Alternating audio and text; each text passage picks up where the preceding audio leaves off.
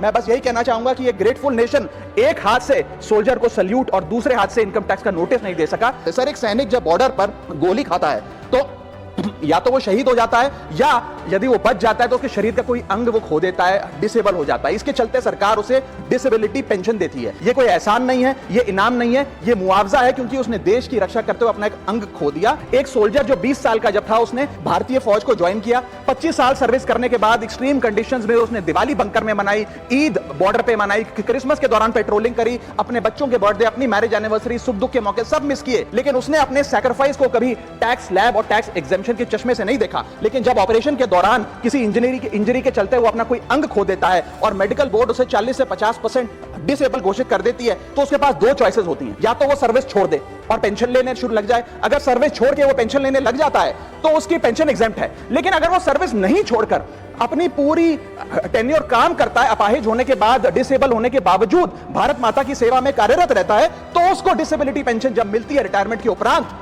तो उस पर इनकम टैक्स इस अमेंडमेंट के द्वारा लगाया जा रहा है। सर, ये करके दर्द सहकर जो फौजी ज्यादा काम करता है उससे ज्यादा टैक्स लिया जाएगा। टैक्स ट्रीटमेंट अलग अलग नहीं होना चाहिए। डिसेबिलिटी पेंशन कोई विंडफॉल गेन नहीं है, कोई बोनस नहीं है, कोई प्रिविलेज नहीं है। अगर भारत माता की सेवा में उस सैनिक ने अपना कोई अंग खो दिया, उसको टैक्स मान के और उसकी डिसेबिलिटी पेंशन को अतिरिक्त इनकम मान के उस पर टैक्स नहीं लगना चाहिए।